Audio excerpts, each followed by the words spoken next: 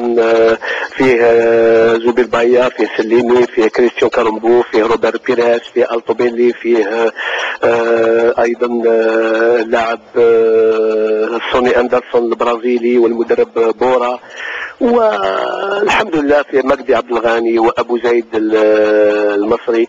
يعني الحمد لله مجموعه لا باس بها جات تشارك معنا في هذه المباراه الخيريه.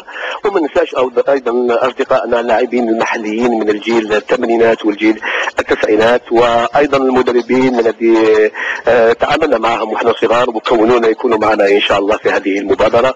ونتمنى ان شاء الله يكون نجاح كبير، وايضا بحضور جماهير كبيره ان شاء الله لكي تجي تحتفل معنا هذه المباراه الخيريه ان شاء الله. من الحاضرين يكون مصطفى كويسي اللي موجود معايا بالاستوديو، اللي راه يلح على ما كنتش على بالي كان موجود معك اخ عيسى، سلم لي بزاف عليه. راه رابع لما كاش البوست 10 وما نجيش باش نقولها لك درك. وكابيتان ديكيب ثاني. اذا على ذكر الجمهور السيد عبد الرحمن نتمنى يكون يساهم هو الاخر من جهته. طيب ماذا عن التذاكر؟ كيف سيتم توزيعها؟ باي سعر؟ والله شو بيكون صراحة يعني فيه الناس المساعدين في هذه المبادرة هذه هم اللي راح يستكلفوا بكل التذاكر. أكثر من تذاكر أعطيناهم اللي سبونسور اللي يعطوهم العمال تاعهم، وإن شاء الله يكون الدخول أيضا من الجماهير. يكون احنا درنا ان تريك يعني سيمبوليك، وأهم شيء أن تكون المشاركة كبيرة وكل الجماهير تحضر ان شاء الله. نعم ان شاء الله. المبلغ الرمزي كم هو سيد مجال؟ والله شوف نخليها مفاجأة للجماهير اللي يأتوا ان شاء الله. نعم. طيب نجاح هذه المبادرة الخيرية متعلق كذلك بالمساهمين الذين وقفوا الى جانبكم سيد مجال. والله بكل صراحة اخ عيسى يعني جو ريميرسي بوكو هاد الناس اللي يساعدونا. يعني بدون هاد لي سبونسور ممكن ما قدرش نحقق هذا المشروع.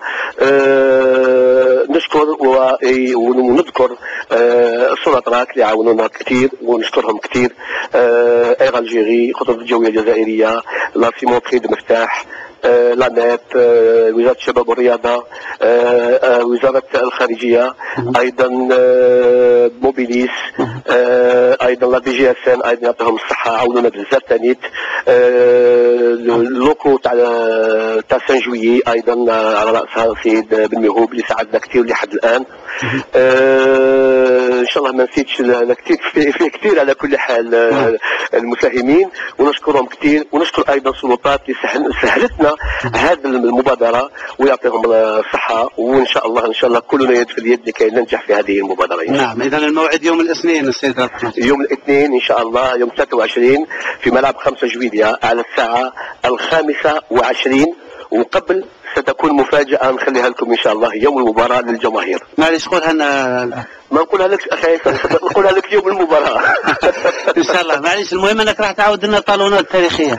إن شاء الله. أنا اتفقت مع إن شاء الله مع جمهوري فاس بعد المباراة إن شاء الله راح نضرب له ضربة جزاء. يعني مش ضربة جزاء، يعني ضربة جزاء بعيدة نقرب شوية الكرة، لا طالونات كما يقولوا في لا روفونش، او يتعادل معايا او راح نسجل له مره اخرى. نعم ان شاء الله الكل يكون في الموعد وتكون اذا هذه التظاهرات المبادره ناجحه كل نجاح سيد مجال. ان شاء الله بيكون احتفال كبير للجزائر وليونسكو والى الشعب الجزائري ان شاء الله. شكرا جزيلا. شكرا جزيلا. سيد عبد الرحمن.